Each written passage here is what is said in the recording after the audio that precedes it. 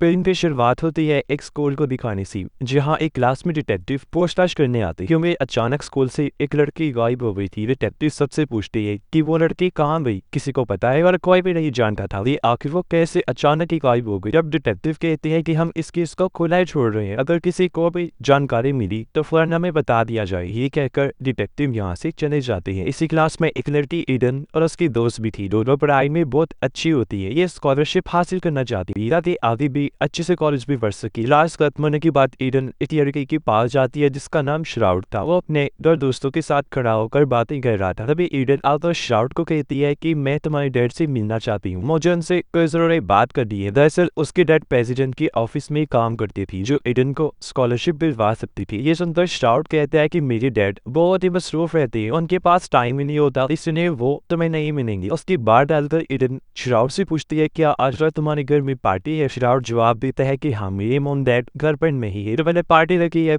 जिसमें मैंने अपने सभी दोस्तों को बुलाया है, अगर तुम भी अपने दोस्त के साथ आना चाहती हो तो आ सकती हो। ये कहकर वो यहाँ से चला गया। इस बात से ईडन खुश हो भी रही थी कि तभी यहाँ उसकी दोस्त भी आ गई, जिस ईडन पार्टी के बारे में बताकर कहती है कि रात को तैयार रहना, हम भी श्राउड के घर पार्टी में जाने वाले। रात होती ही ईडन पार्टी के लिए तैयार हो गई, जहाँ उसकी डैड गाड़ी में उसे छोड़ने जा रही थी। रास्ते में ये लोग ईडन की दोस्त को भी नहीं रहती है, वे ईडन की डैड श्राउड के घर इन्हें छोड़कर चली गई। दोनों लड़कियां पार्टी में आ जाती है, जहाँ श्राउड की दोस्त दोनों के मोबाइल ले लेती है। बताने लगी है इस पार्टी का एक असूल है कि यहाँ कोई भी मोबाइल इस्तेमाल नहीं कर सकता, जिसके बाद दोनों ऊपर भी ताकि श्राउड से मिल सके। जो कि ईडन का प्लान था कि मैं अपनी बातों से श्राउड को मुतासिर करूंगी ताकि वो मुझे अपने डैड से मिलवा सके। सबसे पहले ईडन अपनी दोस्त को श्राउड की दोस्त के पास भेजती है ताकि वो ईडन के पीछे ना आ जाए। तब उसकी दोस्त श्राउड के दोस्त को अपनी बातों में उलझाकर शराब पीने के लिए ले जाती है, और जब श्राउड अकेला था तब मौके का फायदा उठाकर ईडन उसके पास आई बातें करने दिखती है। ईडन की दोस्त जब उससे बातें कर रही थी तो श्राउड का दोस्त उससे काफी मुतासिर हो गया। उससे पता चला कि ईडन की दोस्त म्यूजिक पीने पार्टी चल ही रही थी कि तभी यह लाइब्रेरी लड़की की बहन आ जाती है। उसने पार्टी में हंगामा कर दिया, जोर जोर से वो बोलने लगी, सबको कहती है कि बताओ आखिर ऐसे कैसे मेरी बहन अचानक गायब हो सकती है। ये देखकर सब लोग लाइब्रेरी की बहन के पास गए, उसे शांत कर रखती है। अब श्राउड को मुतासिर करने के लिए ईडन कहती है बेचारी काफी परेशान है, किस तरह हो रही है, ऐसा करती हूँ मैं इसे घर छोड़ाती हूँ, फिर पार्टी में वापस आ जाऊंगी। इस पर श्राउड मान गया, वो अपनी गाड़ी की चाबी ईडन को दे देता है। ईडन गायब लड़की की बहन को गाड़ी में छोड़ने के लिए चली जाती है। जब वो घर पहुंची तो ईडन को एक सिल्वर का बना हुआ दिल देती है। बताने लगी कि मेरी माई बहन इस सिल्वर का दिल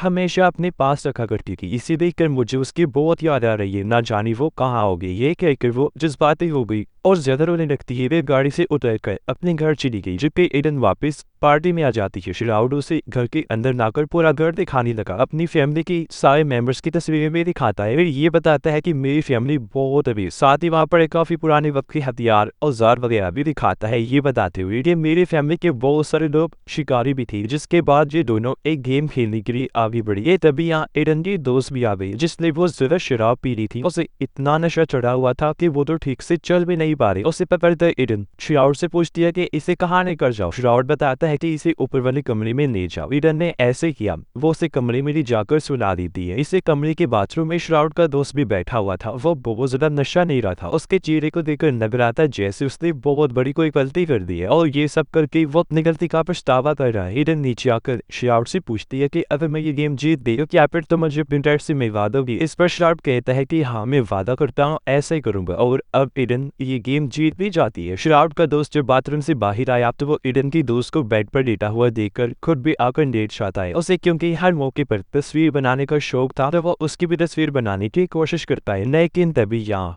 ईडन आ गई, इसलिए हड़बड़ी में श्राउड का दोस्त फोन को वहीं गिरा देता है। ईडन को उसे यहाँ देखकर गुस्सा आया, इसलिए वो उसे यहाँ से भगाकर दरवाजे को बंद कर देती है। बाहर आकर श्राउड के दोस्त को एहसास हुआ कि मुझसे कितनी बड़ी गलती हो गई है। ईडन को उसका मोबाइल मिल गया, इसलिए वो वीडियोस चेक करने लगती है। कहीं इसने मेरी दोस्त की वीडियो तो नहीं बना दी। उसे गायब हुई लड़की की वीडियो में ईडन को पता चला कि जिस लड़की गायब हुई थी इन तीनों दोस्तों के साथ थी। वो वीडियो को चलाकर देखने का सोचती है कि आखिर उस दिन इन लोगों ने लड़के के साथ क्या किया होगा, लेकिन तभी मोबाइल की बैटरी लो हो जाती है और बंद होने वाला हो जाता है। ये देखकर ईडन को तीनों पर शक हो गया कि इन्होंने जरूर कुछ न कुछ गलत किया है, जिस वजह से वो लड़की गायब हो गई है। शरारत का दोस्त नीचे आकर अपने दोनों दोस्तों को बताता है कि मेरा फोन अंदर ही रह गया है। ये सुनकर तीनों ऊपर आई दरवाजे को खटखटाने लगती है। एडन थोड़ा सा दरवाजा खोलती है, तब शरारत उसे कहता है मेरा दोस्त अपना फोन अंदर ही भूल गया है, तो जरा वो तो दे दो। जिस पर एडन कहती है कि अंदर मुझे तो कोई फोन नहीं मिला, जो कहकर वो जल्दी से दरवाजा बंद करके नॉक कर देती है। अंदर से उन लोगों को बताती है कि मेरी तुम लोगों की वीडियोस फोन में देख ली है। जो सुनते शरारत और उसकी दोनों दोस्त काफी डर जाती है। शरारत उससे पूछता है अच्छा बताओ हमने वीडियो में क्या देखा। एडन कहती है कि मैं धीरे धीरे वीडियो देख रही थी और मोबाइल की बैटरी लो हो गई, लेकिन अब तक मुझे अंदाजा हो गया है कि तुमने उस लड़की के साथ जरूर कुछ गलत किया है। जब भी वो गायब हुई और अब न जाने वो कहाँ होगी। शरारत उसे दरवाजा खोलने का कहता है, लेकिन वो किसी भी सूरत दरवाजा खोलने को तैयार नहीं होती। थोड़ा सोचने के बाद उनके सामने शर्त रख देती है कि तुम ऐसा करो, मुझे इस फोन का चार्जर दे दो, मैं पूरे वीडियोस देखना चाहती हूँ। जिसके बाद मैं वादा करती हूँ कि दरवाजा भी खोल दूंगी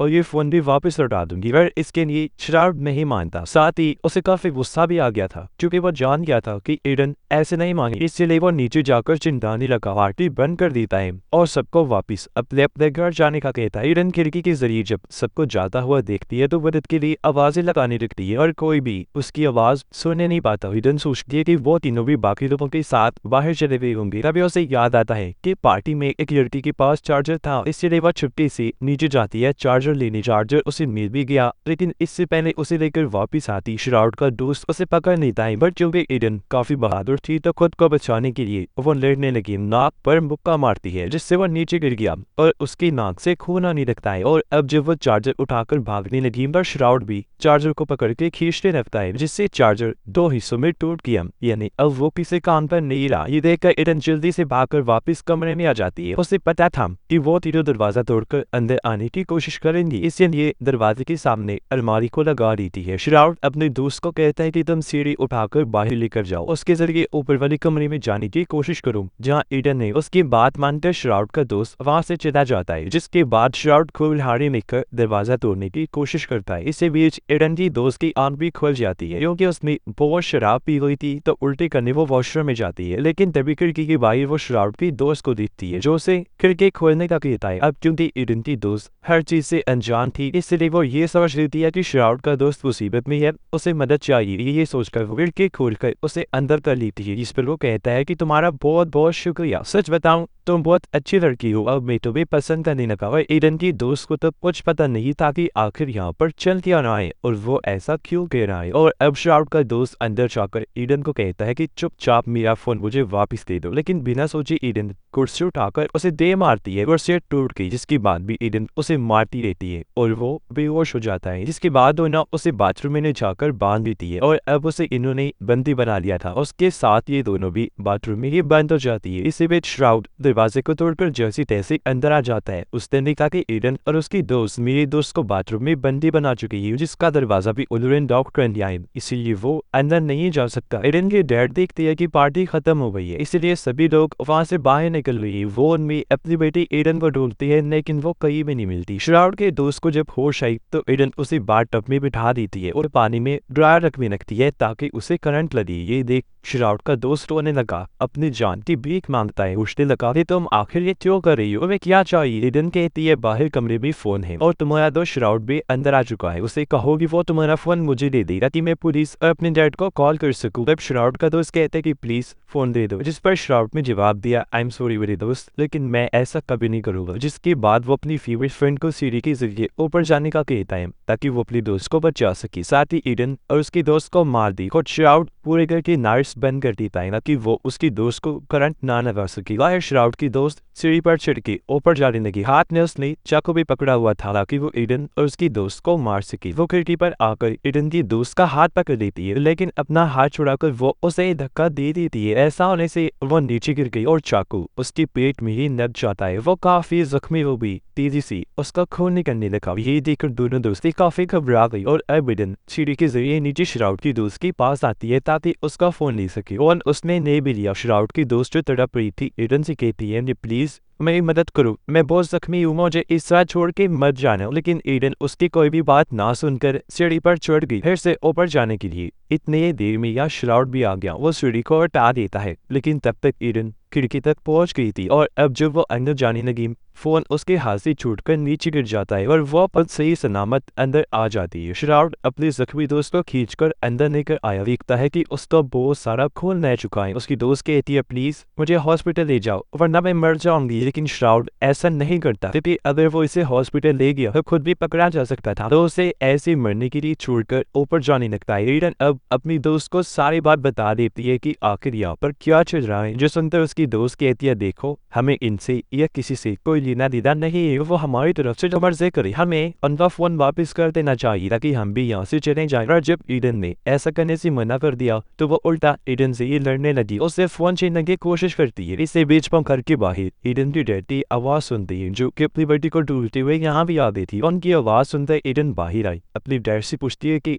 आप यहाँ पर क्या कर रहे हैं। डैडी से पहले में कोई जवाब देती, पीछे से श्राउड आकर उन पर हमला कर देता है जिससे उन्हें थोड़ी बहुत चोट लग जाती है। श्राउड ने हाथ में कुल्हाड़ी पकड़ी हुई थी, वो ईडन को कहता है कि मेरी दोस्त का फोन मुझे दे दो वरना मैं कुल्हाड़ी से तुम्हारे डैड का गला काट दूंगा। ये सुनते ईडन की दोस्त काफी डर गई और वह जल्दी से फोन लेकर नीचे रख देती है। और श्राउड जो बहुत बुरा इंसान था हंसने लगा, कहता है तुम कितने बेवकूफ हो जो मेरी बातों में आ गई, इतना बोलकर वह कुल्हाड़ी उठाता है ईडन के डैड की जान लेने के लिए। लेकिन ठीक वक्त पर श्राउड के डैड वहां आ गए, अपने बेटे के हाथ में कुल्हाड़ी देकर पूछते हैं कि ये सब क्या है, आखिर यहाँ पर क्या चल रहा है। सारी सूरत हाल देखकर वो हैरान रह जाते हैं कि तभी यहाँ श्राउड की मॉम भी आ गई और वो इतनी घबराई हुई नहीं थी, कहने लगी लगता है यहाँ काफी बड़ी गड़बड़ चल रही है, सब शांत हो जाए, हमें बैठकर बात करनी चाहिए। अब जब सारे लोग बैठकर बात करने लगी तो ईडन श्राउड की मॉम डैड को सारी बात बता देती है, जो सुनकर उसकी मॉम डैड अपनी बेटी की हरकत पर काफी हैरान और परेशान रह जाती है। और अब जब वो एक कमरे में गई तो देखती है कि श्राउड की फीमेल फ्रेंड मारी जा चुकी है, जो देखकर श्राउड को बहुत दुख हुआ, वो रोने लगता है।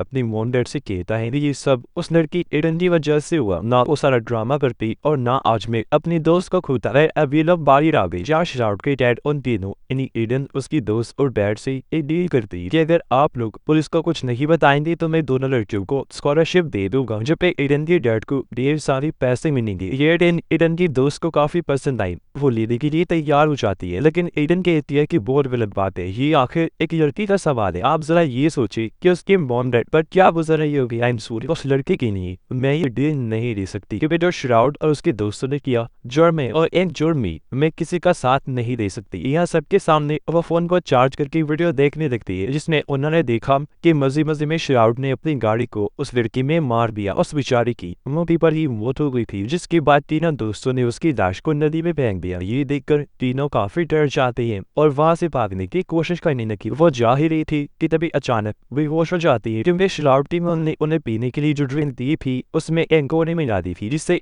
जिस्म पैरालाइज हो जाएगा, यानी वो चलने फिरने की काबिल नहीं रहेंगे। एडन को जब होश आई तो वह खुद को अपने डैड और दोस्त को एक गाड़ी में पाती है और देखती है कि श्राउड हमें भी उस नदी के पास ले जा रहा है। श्राउड उसे बताता है कि मैंने ये प्लान बनाया है कि मैं तुम तीनों को अब गाड़ी समेत नदी में फेंक दूंगा ताकि पुलिस को ये लगी कि गाड़ी का एक्सीडेंट हुआ, तुम्हारी गाड़ी नदी में गिर गई जिस वजह से तुम सबकी मौत हो गई है। एडन देखती है कि मेरे डैड और दोस्त को अभी भी होश नहीं आई है। अब जब ये नदी किनारे आए तो श्राउड की मॉम उसके दोस्त को कहती है तुमने अपने दोस्त की लाश को भी तो ठिकाने लगाना है ना, तो इसे भी गाड़ी में रख दो। उसने ऐसा ही किया और अपनी दोस्त की लाश को भी गाड़ी में रख देता है और क्योंकि श्राउड कोई सबूत रखना नहीं चाहता था इसलिए वो पीछे से आकर अपनी दोस्त पर हमला करके उसे भी मार देता है, उसकी लाश को भी फिर गाड़ी में रख दिया। ये लोग अब गाड़ी को स्टार्ट करके नदी में धकेल देते हैं ताकि सारे लोग मारे जाए। कुछ देर के बाद दिखाया गया कि एडन और उसकी दोस्त किसी तरह बच गई जब भी एडन के डैड की मौत हो गई है। दोनों दोस्तें जल्दी से तैरकर नदी से बाहर आ गई। ये जब आगे बढ़ रही थी तो एडन श्राउड के घर की तरफ देखती है, वो चाहती थी कि मैं फिर से जाकर उन्हें भी मार डालूं बदला देने के लिए, क्योंकि उनकी वजह से